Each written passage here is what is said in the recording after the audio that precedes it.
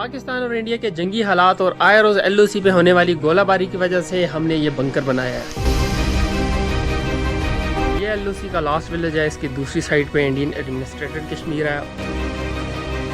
तो बम वगैरह भी आकर गिर जाए तो इंशाअल्लाह इस बंकर को कुछ होने वाला नहीं है। ये जो खूबसूरत वादी है ये फ्रंट लाइन होने की वजह से हमेशा मैदान जंग बनी रही है।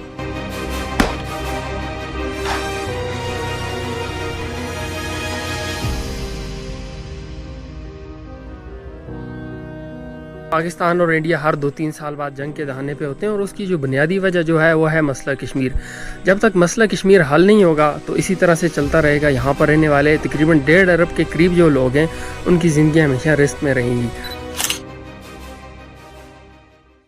अस्सलाम वालेकुम। इस वक्त मैं लीपा वैली आज़ाद कश्मीर में मौजूद हूँ और Leepa valley LOC line of control पे आखिरी विलेज है और इसके दूसरी साइड पे इंडियन एडमिनिस्ट्रेटेड कश्मीर है। पाकिस्तान और इंडिया में जंग हो या ना हो मगर LOC पे बसने वाले कश्मीरी जो हैं वो हमेशा हालत जंग में रहे हैं। और जो हालिया पाकिस्तान भारत की जो 4 दिन की जंग रही है जिसकी वजह से यह है कि लीपा वैली मैदान जंग बना हुआ था। आपने न्यूज़ में भी सुना होगा लीपा वैली के बारे में। तो इस वजह से यह है कि हमने बंकर बनाने का सोचा। ये मेरे बैकग्राउंड पे आप देख सकते हैं ये हमारे बंकर का काम लगा हुआ है।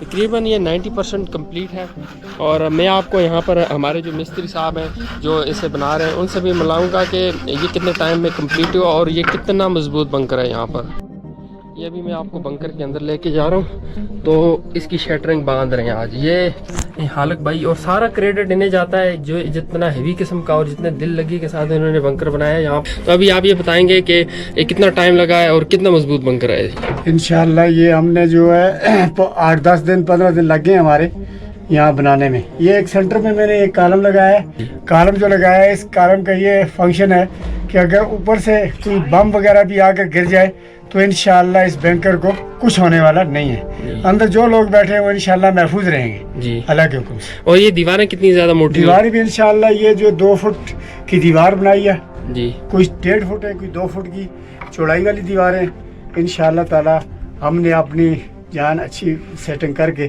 तो ये जान पहचानी करके ये अच्छा ये टोटल ये जो बंकर है ये देखें यहाँ से वहाँ तक ये तकरीबन कितना है लंबाई में और चौड़ाई में? लंबाई में जो है तैयार है, लंबाई में 13 फुट है और चौड़ाई में जो है ये 7 फुट अंदर से तैयार है। इसमें काफी ज्यादा बंदे आ सकते हैं। काफी ज्यादा बंदे आ सकते हैं। ये है कि जो हम घर वाले लोग हैं मोहल्ले के लोग हैं तकरीबन यहाँ पर महफूज रह सकते हैं। और अल्लाह के हुक्म से ये बहुत ऐसा हैवी बंकर बना है।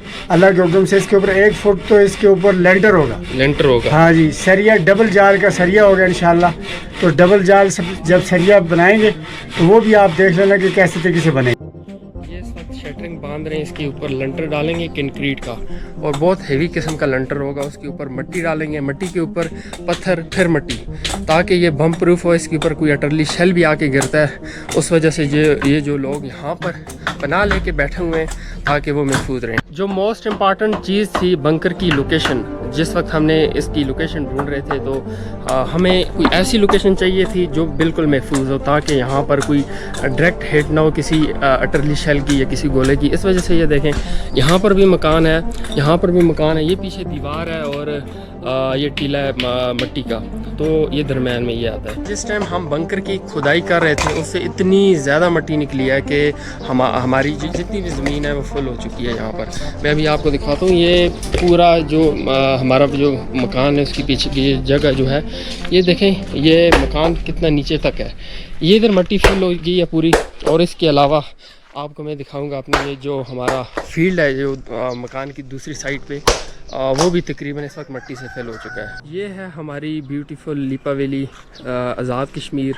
देखें कितनी ही खूबसूरत वैली है यहाँ पर। और मगर बदकिस्मती के साथ ये मैदान जंग बना हुआ है इस वक्त। और जितनी ज़्यादा ये ब्यूटीफुल वैली है अगर यहाँ पर टूरिज़म हो, लोगों की जो हैं वो फाइनेंशियली तौर पे सेट हों तो यहाँ पर ये तो जन्नत है। कश्मीर है, कश्मीर जो है ना, कश्मीर को कहते हैं कश्मीर दुनिया में जन्नत है। हमने बंकर बनाने में किसी भी चीज़ पे कोई कंप्रोमाइज़ नहीं किया। ये देखें यहाँ पर ये रेत पड़ी हुई है।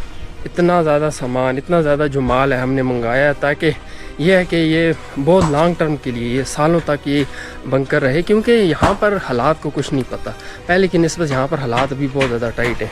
तो इस वजह से ये देखें यहाँ जगह जगह पर अभी कोई सेटिंग नहीं है सामान की वजह से। अभी मैं ये दिखाता हूँ, ये एक पहाड़ है मिट्टी का पूरा, ये देखें ये हमारा जो फील्ड है पूरा, ये हमारी जो बाड़ी है इस वक्त ये फुल हो चुकी है मिट्टी के साथ। इतना ज़्यादा वहाँ से ये मिट्टी निकली हुई है। एक क्रेडिट अहमद भाई को भी जाता है। ये बंकर का जो पहला दिन था उससे लेके अभी तक ये मुकम्मल ये जो हमारे मिस्त्री साहब हैं उनके साथ लगा हुआ है, और जितनी ज़्यादा इसने एफ़र्ट किया है ये मुकम्मल इस चीज़ का हकदार बनता है। और दूसरी चीज़ ये है कि मैं यहाँ पर नहीं था, मैं आपको इनिशली तौर पे ये जहाँ से ये बंकर स्टार्ट हुआ था मैंने आपको वहाँ से दिखाना था। मैं इस्लामाबाद था, तो अब ईद अल अज़हा थी, मैं उसके लिए घर आया हूँ। तो यह कि मैंने सोचा कि इस चीज़ को हम अपनी मेमोरीज़ में भी सेव करते हैं और लोगों को भी दिखाते हैं, क्योंकि जब भी पाकिस्तान और इंडिया की ज़रा से भी हालात ख़राब होते हैं तो LOC पे जंग ज़्यादा माहौल होता है और बहुत ज़्यादा अटरली शलें सिविलियंस जो होते हैं वो प्राइमरी टारगेट्स नहीं होते दोनों साइड से। मगर यहाँ पर ये जो लोकेशंस जो हैं, यहाँ की जियोग्राफिक लोकेशन है, आर्मी जो है वो पीक्स पे है और उसके अलावा ये जो आबादी है वो वैली के अंदर है। वहाँ से कोई भी शेल अगर मिस होता है, कोई मिसाइल कोई अटरली शलवा के आबादी पे गिरता है, जिस वजह से आबादी का बहुत ज़्यादा नुकसान होता है। अच्छा, आज की प्रोग्रेस में आपको दिखाता हूँ। ये सेकंड डे में वीडियो बना रहा हूँ। तो ये देखें, ये सरिया इन्होंने बिछाया हुआ है और ये चेक करें सरिये की ये रेशो चेक करें यहाँ पर। और यहाँ पर आपको लगेगा हमने ना हमारी कोशिश थी कोई ऐसा बम प्रूफ बंकर बने जो हमारे लिए साल साल फ़ाल रहे।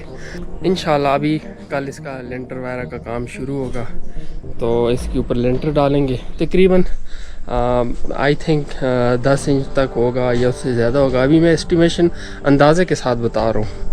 तो ये जो वीडियो मैं बना रहा हूँ ये तकरीबन बनेगी मतलब काफ़ी डेज़ लगेंगे इसमें। फ़ाइनल भी मैं आपको दिखाऊंगा ये बंकर कैसा बना है। तो अभी ये है।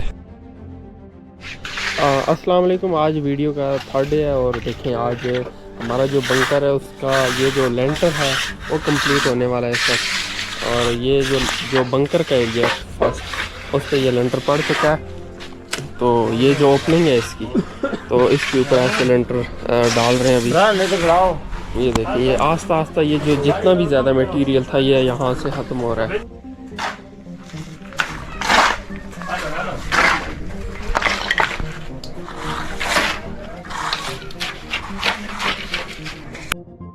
तकरीबन 2 हफ्तों के बाद हमने इस लेंटर की जो शटरिंग थी वो उतार दी है। तो अभी ये ऊपर ये हमने ये जो प्लास्टिक का शापर है ये रखा है, उसके ऊपर हम मिट्टी डाल रहे हैं। फिर इसके ऊपर सैंड बैग्स होंगे, पत्थर होंगे और इसके बाद इस पर वर्क किया जाएगा कि इसको कितना ज़्यादा महफूज बनाना है।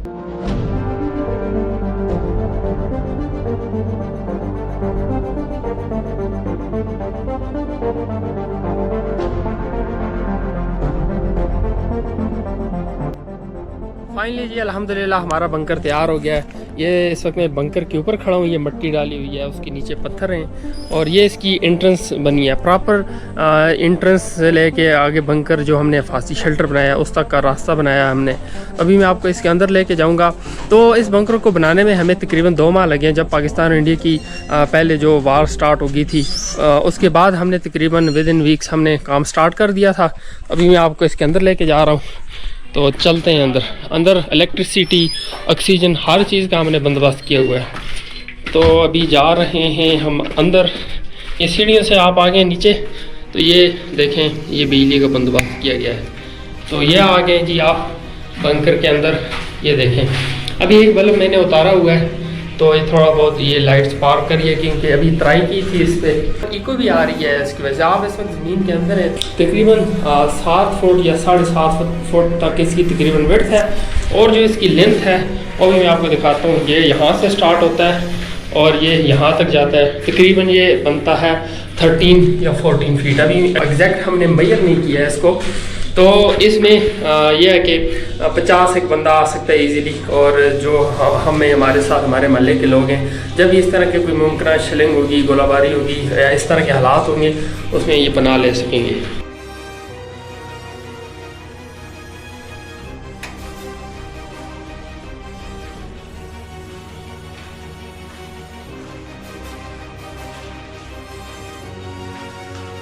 ये बंकर की एंट्रेंस के साथ ये लगे हुआ है इलेक्ट्रिसिटी का बोर्ड। तो एक बल्ब मैंने उतारा हुआ है तो ऑक्सीजन के लिए ये देखें ये जगह रखी हुई, ये पाइप है और इसकी ओपनिंग आउटसाइड रखी हुई है, एक ये है और उसके अलावा दूसरा पाइप ये लगा हुआ है, आपको नज़र आ रहा होगा इसकी, ये सीधा ऊपर गया है और ये जो दूसरा है ये आगे जाके इसकी कर्व है तो बाहर, ताकि जिस वक्त बहुत सारे लोग हों अंदर, जिस टाइम पे कोई गोलाबारी और यो LOC पे, तो उसमें यह है कि ऑक्सीजन की प्रॉब्लम ना हो। हमने ये बंकर बनाया है जंग के साए तले ज़िंदगी की एक उम्मीद के लिए। हमने रहना यहाँ पर है, हमने मरना यहाँ पर। तो आम रूटीन में भी ये जब शेलिंग स्टार्ट हो जाती है तो यहाँ का जो निज़ाम ज़िंदगी है वो हमेशा से दरम बरम रहा है। कितनी खूबसूरत वादी है हमारी, मगर अनफॉर्चुनेटली ये हमेशा आज तक ये मैदान जंग बनी रही है। तो हमारे बचपन में हमारा जो तलीमी ज़िया हुआ था, उसके बाद हम कॉलेज में गए, जब यहाँ पर शेलिंग वगैरह स्टार्ट होती है तो यहाँ पर लाइफ बहुत टफ हो जाती है। स्कूल और कॉलेजेस जो हैं उनमें छुट्टियाँ हो जाती हैं, तो आपका तलीमी जो है वो तो होता ही होता है, उसके अलावा आपकी ज़िंदगी में रिस्क में। तो आज तक इधर ऐसे ही चलता रहा है, तो हम आगे उम्मीद करते हैं कि यहाँ पर अमन हो, मगर यह है कि उसके साथ साथ हमें ये तैयार भी रहना होगा, क्योंकि आज तक तकरीबन 75 साल या जो 70 साल हुए हैं उसमें आज तक अमन नहीं आ सका। इसके बाद हम ये करते हैं कि हम उम्मीद तो कर सकते हैं अमन की, मगर इसके लिए हमें अपनी जानों की हिफाजत के लिए तैयार भी रहना होगा। जो बहार है वो अपने पीक पे है, कितनी ज़्यादा ग्रीनरी है और कितनी ज़्यादा ब्यूटी है। ये देखें ये जो एप्पल्स हैं, उसके अलावा यहाँ पर कुदरत का दिया हुआ हर किस्म का गिफ्ट मौजूद है हमारे पास। मगर हमारे पास एक चीज़ है, ये जो पाकिस्तान और इंडिया के ख़राब हालात होते हैं, जंग चल रही होती है, यहाँ मुकम्मल अमन हो जाए, उसकी वजह से खुशहाली आएगी। तो उस वजह से यहाँ की जो मईशत है इलाके के लोगों की वो भी बेहतर होगी, और दुनिया जो आएगी वो आके एक्सप्लोर करेगी। इतनी ब्यूटीफुल ये जो वादियाँ हैं, तो ये यहाँ पर जंग के बजाय अमन होना चाहिए, तो लोग आएँ, लोग एक्सप्लोर करें इन जगहों को। ये टूरिस्ट स्पॉट होने चाहिए, ना कि यहाँ पर आके नए नए असले को टेस्ट किया जाए। आपने देखा होगा कि पाकिस्तान और इंडिया हर 2-3 साल बाद जंग के दहाने पे होते हैं, और उसकी जो बुनियादी वजह जो है वो है मसला कश्मीर। जब तक मसला कश्मीर हल नहीं होगा तो इसी तरह से चलता रहेगा। यहाँ पर रहने वाले तकरीबन 1.5 अरब के करीब जो लोग हैं उनकी ज़िंदगी हमेशा रिस्क में रहेंगी। तो अगर इस खत्ते में अमन आ सकता है, उसका वाहिद जो सलूशन है वो है मसला कश्मीर को हल करना। जितना पैसा पाकिस्तान और इंडिया जंग पे लगाते हैं, अगर ये वाला जो पैसा है तो ये आवाम की फलाह बहबूद और उनकी माशी तरक्की के लिए लगाया जाए। यहाँ पर जो गुर्बत है, यहाँ पर जितनी ज़्यादा पॉवर्टी है उसको हम कंट्रोल कर सकते हैं और लोग खुशहाल होंगे। जो ट्रली शेल है, 1-1 हज़ार डॉलर, 1-1 लाख रुपए का वो शेल होता है। तो जब यहाँ पर शेलिंग हो रही होती है, तो जब वो एक दूसरे पे दिनों में हज़ारों फायर कर देते हैं, करोड़ों रुपए का जो नुकसान होता है, तो उससे फ़ायदा क्या होगा? आप यहाँ पर आकर लोगों को मार देंगे, ये यहाँ वहाँ जाकर लोगों को मार देंगे, कि दोनों मुल्कों के पास मेन पावर की बिल्कुल कमी नहीं है। तो यह है कि आगे ही बहुत ज़्यादा अनएम्प्लॉयमेंट है, तो और गरीब आ जाएंगे यहाँ पर मरने के लिए। तो इस वजह से ये है कि ये जो पैसा हम जंगों पे लगा रहे हैं, या ये जो नए नए हथियार लेके यहाँ पर हम आके यहाँ LOC पे टेस्ट करते हैं, इससे बेहतर ये है कि ये जो पैसा जो है ये अवाम के फलाह बहबूद के लिए लगाना चाहिए। बड़े सिर पाक हिंद में हम सब लोग एक साथ रहे हैं। उसके बाद ये है कि 1947 में जो ब्रिटिश का प्लान था, तो वो डिवाइड करके चले गए, और उसके बाद यह कि हमारा जो मसले उस वक्त पैदा करके गए थे, जैसे कि मसला कश्मीर है, अभी तक हम पाकिस्तान और इंडिया लड़ रहे हैं। अगर ये मसला बैठ के हल कर लेते हैं तो ये बहुत खुशाइंद होगा इन दोनों मुल्कों के लिए। तो अदरवाइज़ यह है कि हमें ये चीज़ भी नहीं भूलनी चाहिए कि हम ये जो दोनों कंट्रीज़ हैं, दोनों कंट्रीज़ के लोग हैं, हमारी कॉमन एंसेस्ट्री है, हम एक ही जगह के रहने वाले हैं, हमारा कलर भी है, क्या हमारी ज़बान जो हिंदी और उर्दू में थोड़ा बहुत डिफरेंस होगा, मगर जितने भी 1.5 अरब के करीब लोग हैं यहाँ पर, अगर वो अफ़ाम तफ़हीम के साथ यहाँ पर ये जो हुक्मरान है इस मसले पे पहुँच जाएँ, इन लोगों की ज़िंदगियाँ जो हैं वो भी बच जाएंगी। अदरवाइज़ ये है कि एटॉमिक पावर्स हैं दोनों, किसी भी वक्त एक छोटी सी चिंगारी भड़केगी और इस पूरे हिस्से में स्मॉल स्केल वार से एक फुल स्केल वार तक जा सकती है सिचुएशन। जिस वजह से यह है कि अगर एटमी हथियारों का इस्तेमाल हो जाए तो यहाँ पर जो इंसानियत पे बदतरीन जुल्म की जो मिसाल है आज तक दुनिया में नहीं मिलती, दुनिया में लोग हिटलर भूल जाएंगे, तो फिर पाकिस्तान और इंडिया की जो मिसाल रखी जाएगी सामने। तो इस वजह से ये है कि मसला कश्मीर को हल होना चाहिए। जितनी भी हमारे दरमियान हेट है, ये जो मिसअंडरस्टैंडिंग है, इसको ख़त्म किया जाए ताकि इस हिस्से में अमन मुमकिन हो।